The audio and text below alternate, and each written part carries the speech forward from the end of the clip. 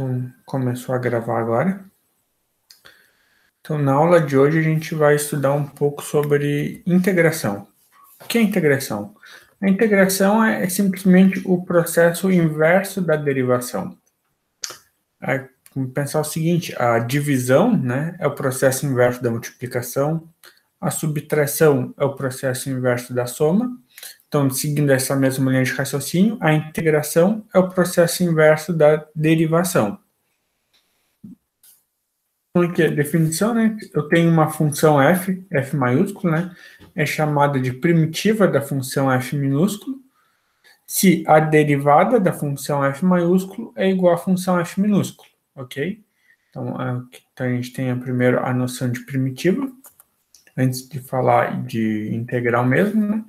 Ou seja, então, a função aqui f maiúsculo, definida por x ao cubo sobre 3, é uma primitiva da função x ao quadrado. Por quê? Se eu derivar x ao cubo sobre 3, como é que eu derivo mesmo? Né? Esse 3 passa para frente multiplicando e que perde uma potência.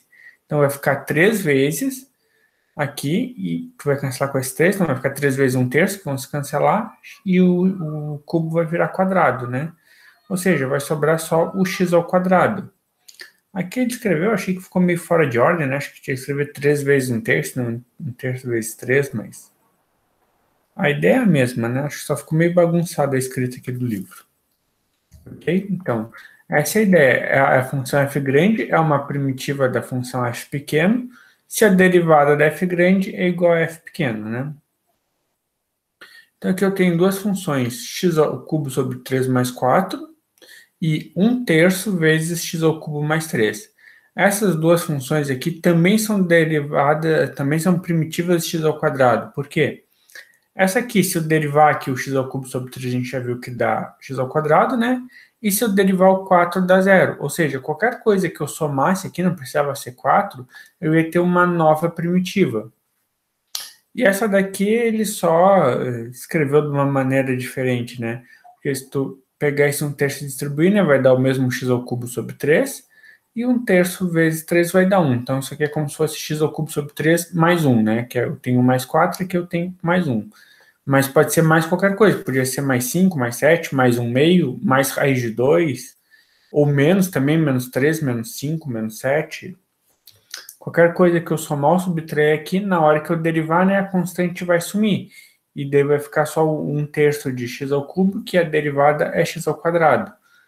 Então, tem uma família de funções, né, que são todas primitivas da função x ao quadrado.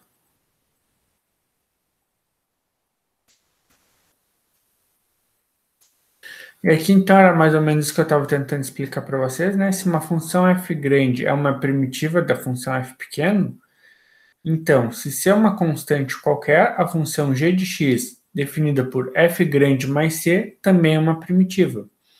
Ou seja, a diferença entre duas primitivas é só a constante que está sendo somada. A parte principal é sempre igual.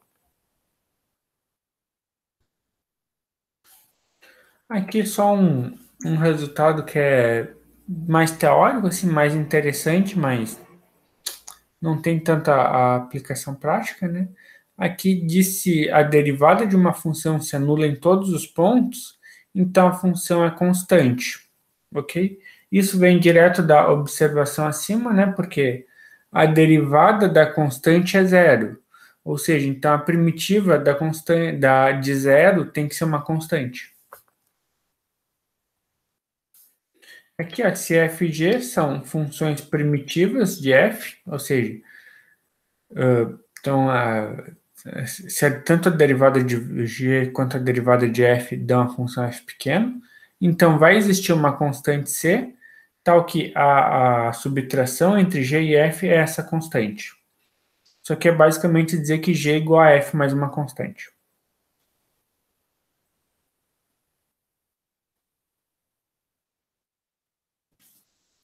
Ok, então agora aqui então vamos finalmente chegar ao conceito de integral. Se uma função f grande é uma primitiva da função f pequeno, a expressão f de x mais c é chamada de integral indefinida dessa função, onde o c pode representar qualquer coisa. Isso aqui, na verdade, é quase como se fosse um abuso de notação, né? A gente vai entender a integral da função f pequeno como o conjunto de todas as possíveis primitivas dela. Então, esse C aqui é um C genérico, ele pode assumir qualquer valor, dependendo da aplicação que tu está fazendo.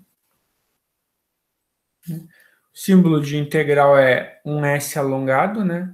A gente vai ver o porquê dessa expressão depois. Esse S aqui vem de ser de soma, porque ele está ligado a uma certa soma que a gente vai integrar, a gente vai estudar depois. O símbolo dx, né? Eu acho que eu tinha comentado para vocês alguma coisa sobre o dx quando a gente estava estudando a notação de derivada, né? Ele parece para dizer que a variável aqui é o x, né? Ou seja, porque em alguns momentos, né? Agora a gente não vai ver muito isso, né? Mas em alguns momentos a gente pode ter uma função que depende de x, y, z e eu quero integrar em relação a x, ou a y, ou a z. Esse dx aqui vai dizer em quem que eu estou integrando. E também isso aqui a gente vai ver na próxima aula, quando a gente estudar o método da substituição, né? Da substituição de variável, a gente vai ver que, então, esse dx ele vai ter um papel para fazer a troca de variável. Mas, por enquanto, ele não tem muita utilidade, é só para dizer que a função é de x e a gente está integrando em x.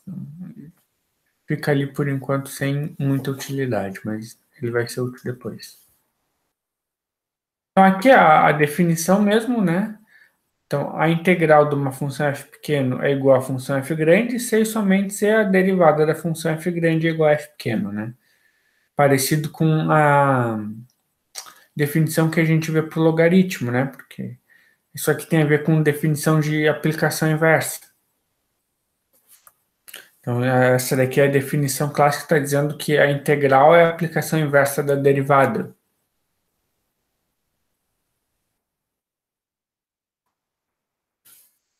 Aqui é um gráfico, né? Se eu tenho aqui, eu tenho a função x ao quadrado mais 1.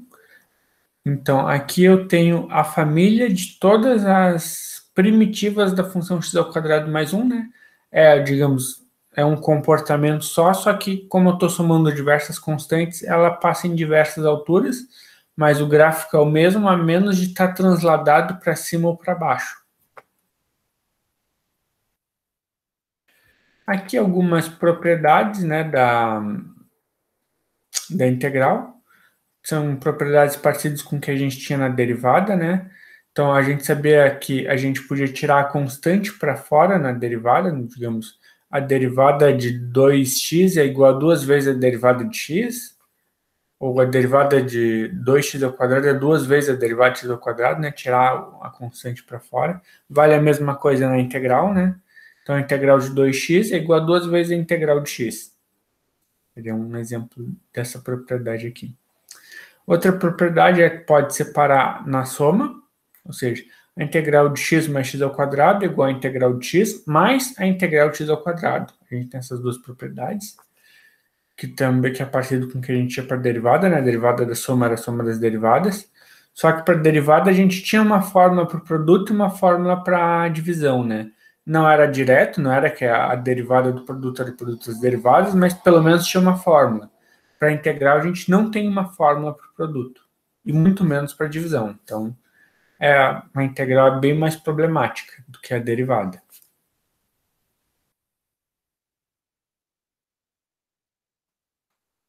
Então, aqui alguns exemplos. A integral de e elevado na x é e na x mais uma constante, simplesmente, né, já que a derivada do e na x é e na x mesmo. Aqui, a integral de x na 2/3 dx, né, que o livro esqueceu de colocar o símbolo da integração, 3/5 de x ao cubo de x na 5/3, né? Por quê? Porque a derivada de 3/5 do x na 5/3 é simplesmente x na 2/3.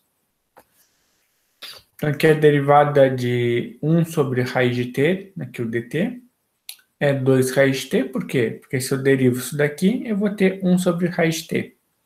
Então, assim por diante, né? Aqui, nesse primeiro momento, a gente está sempre calculando a integral fazendo o processo inverso, né? Olhando para a derivada. Mas a gente não quer fazer isso sempre, né? A gente quer um método mais direto para poder calcular integrais. E para isso, então, a gente vai usar o que a gente chama de tabela de integrais. Isso aqui meio que tem que decorar. Aí não vai precisar decorar todas, na verdade vai precisar decorar só algumas, né? Porque a maior parte aqui está ligada a funções trigonométricas que a gente não está estudando. Então, essa daqui é importante, né? A integral de só o du. Aqui é como se tivesse o número 1. Então, a integral do 1 é 1 vezes o u. Integral, por quê? A derivada de u é 1, né? O u aqui é a variável, né? É como se fosse o x. A integral de u na alfa é u na alfa mais 1 por alfa mais 1. Por quê? Porque se eu derivo isso aqui, o alfa mais 1 passa multiplicando, vai cancelar com o alfa mais 1 de baixo, sobra 1 na alfa, né? Então, as fórmulas vêm de tu pensar sempre no processo inverso, mas a gente vai acabar decorando as fórmulas para não ter que fazer esse processo inverso mentalmente toda vez. Aqui é a integral de e na u, né? E na u. Aqui a integral de du sobre u é o logaritmo, porque a derivada do logaritmo é 1 sobre u. Aqui, da exponencial, né? O a elevado na u é a na u dividido por logaritmo de a. E são essas 5 aqui que a gente vai decorar. Então, a 1, a 2, a 3, a 4, a 5. A partir daqui começa a parte trigonométrica que a gente não vai estudar.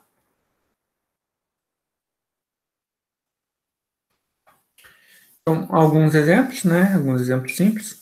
Se eu quiser calcular a integral dessa expressão toda aqui, de 3x ao quadrado mais 5 mais raiz de x. Então, eu vou usar as propriedades da integral. A primeira propriedade, né, diz que eu posso separar na soma. Então, isso aqui vai ser a integral de 3x ao quadrado, mais a integral de 5, mais a integral da raiz de x, ok? E depois eu vou tirar as constantes para fora. Então, aqui a integral de 3x ao quadrado vai virar 3 vezes a integral de x ao quadrado. A integral de 5, eu vou tirar o 5 para fora e vai ficar só a integral de dx, né? Porque é como se fosse 5 multiplicando dx. E aqui a raiz de x, né, que não tem constante para tirar para fora, o livro só escreveu a raiz como potência não meio, ok? Então, daqui eu calculei a integral de x ao quadrado, que é x ao cubo sobre 3, a integral de dx, que é x, e a integral de x não meio, né, que se tu olhar aqui pela regra da tabela, eu vou usar esta fórmula aqui, então vai ficar x não meio mais 1 divididos por 1 meio mais 1. Então, 1 meio mais 1 é 3 meios, né? Então fica aqui x na 3 meios dividido por 3 meios. E sempre quando eu calculo uma integral, eu tenho que colocar o mais c no final. E aqui só simplificou um pouco e esse é o resultado.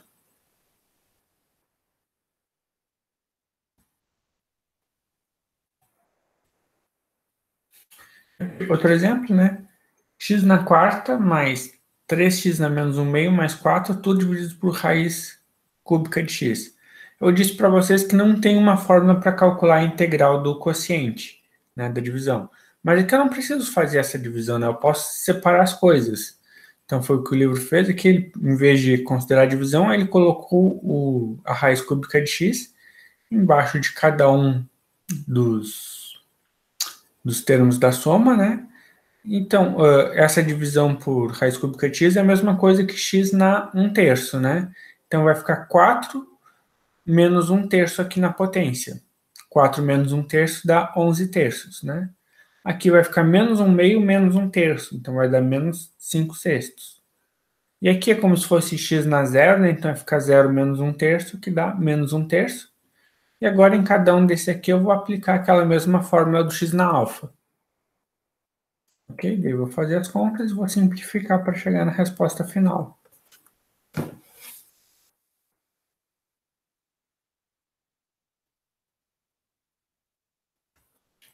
E aqui tem os exercícios para vocês. Então, calcular a integral e em seguida derivar para conferir os resultados. Então, aqui calcula a integral utilizando a tabela mesmo, e depois quando chega no teu resultado final, tu deriva e vê se chega na função original para ver se a tua integral está certa. Só para, digamos, vocês criarem confiança no método, né? Só para tirar uma prova real. Então aqui eu tenho 1 sobre x ao cubo, né, ou dx sobre x ao cubo. Como que eu integraria isso? Eu ia dizer que 1 sobre x ao cubo é x na menos 3 e ia usar a fórmula de x na alfa. Aqui, eu tenho este quadrado aqui para me calcular essa integral, então, que eu tenho que fazer? Eu vou ter que abrir esse quadrado, usar a fórmula do quadrado perfeito, e eu vou ter um polinômio, né? Eu vou ter várias potências de x, e para cada uma delas eu vou usar a fórmula do x na alfa. Aqui também, né, o 1 sobre raiz de x é a mesma coisa que x na menos 1 meio. E aqui eu tenho x na 1 e x na 1 meio. Então, isso aqui vai ser x na 3 meios. E, de novo, resolvo usando a fórmula do x na alfa. E aqui também, né? Aqui...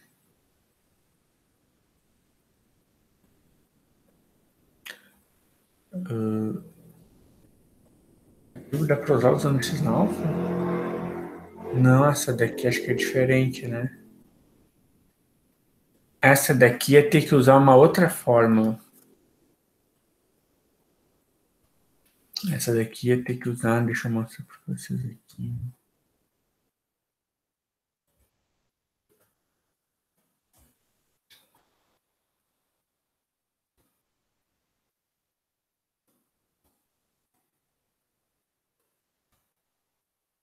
Ia ter que usar essa fórmula aqui da arco tangente, mas como a gente não está estudando arco tangente, então eu acabei não percebendo na hora e colocando uma integral que vai ter que usar essa fórmula. Então, na verdade, desconsidera o item 8, não precisa fazer ele.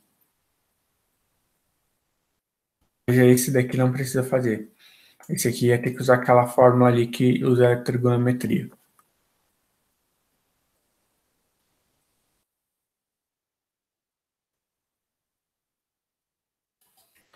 E agora esses outros aqui também resolveu usando fórmulas da tabela. Tem vários modelos, assim, para vocês treinarem. A maioria é só com um x, mas alguns aparece uma exponencial aqui para fazer alguma coisa. E aqui é a atividade verificadora de presença. Então, esse aqui tem que usar a fórmula da exponencial. Aqui vai ter que trabalhar nessa raiz, mas vai usar a fórmula x na alfa. E aqui também vai ter que trabalhar alguma coisinha, mas vai usar a fórmula x na alfa. Aqui com logaritmos vai ter que usar alguma propriedade dos logaritmos aqui, mas nada muito complexo. Aqui vai ter que fazer essa conta, né, para abrir tudo e resolver. Então, agora, esses exercícios aqui que são um pouquinho mais diferentes, né, encontrar uma primitiva f da função x na 2 terços mais x que satisfaça f de 1 igual a 1. Então, o que eu vou fazer? Eu vou calcular a integral, e a integral tem 1 mais c. Então, o que eu vou fazer? Depois de ter o valor da integral, eu vou usar essa condição aqui. Eu vou substituir o valor de x por 1, e daí eu vou ter um c mais alguma coisa, e eu vou igualar a 1, e eu vou descobrir, então, qual é o valor de c. Isso aqui é uma coisa parecida com o que vocês vão estudar no futuro, que é equações diferenciais, né? Isso aqui é uma mini equação diferencial escondida, mas é só para... Não tem nada de muito complexo aqui. Esse outro aqui parecido é encontrar uma função, né, que se anule no ponto x igual a 2, uma primitiva. Então, aqui em vez de fazer f de 1 igual a 1, né, eu vou fazer f de 2 igual a 0. E aqui acaba a aula, né? Acho que aqui ainda ficou mais um pouquinho. Isso aqui já é matéria para a próxima aula, né, que é o método da substituição.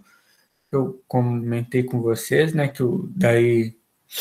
Nessa aula aqui a gente vai usar mais o dx, né? Ele não vai ficar lá só parado para bonito, ele vai ter utilidade.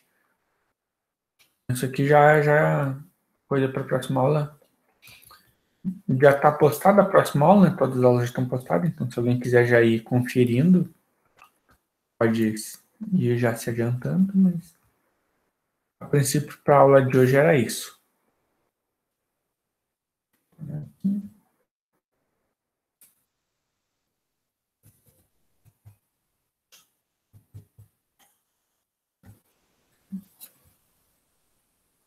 Então, se alguém quiser perguntar alguma coisa, esse é o momento. Se ninguém quiser perguntar nada, estão dispensados, né? Vou interromper aqui a gravação.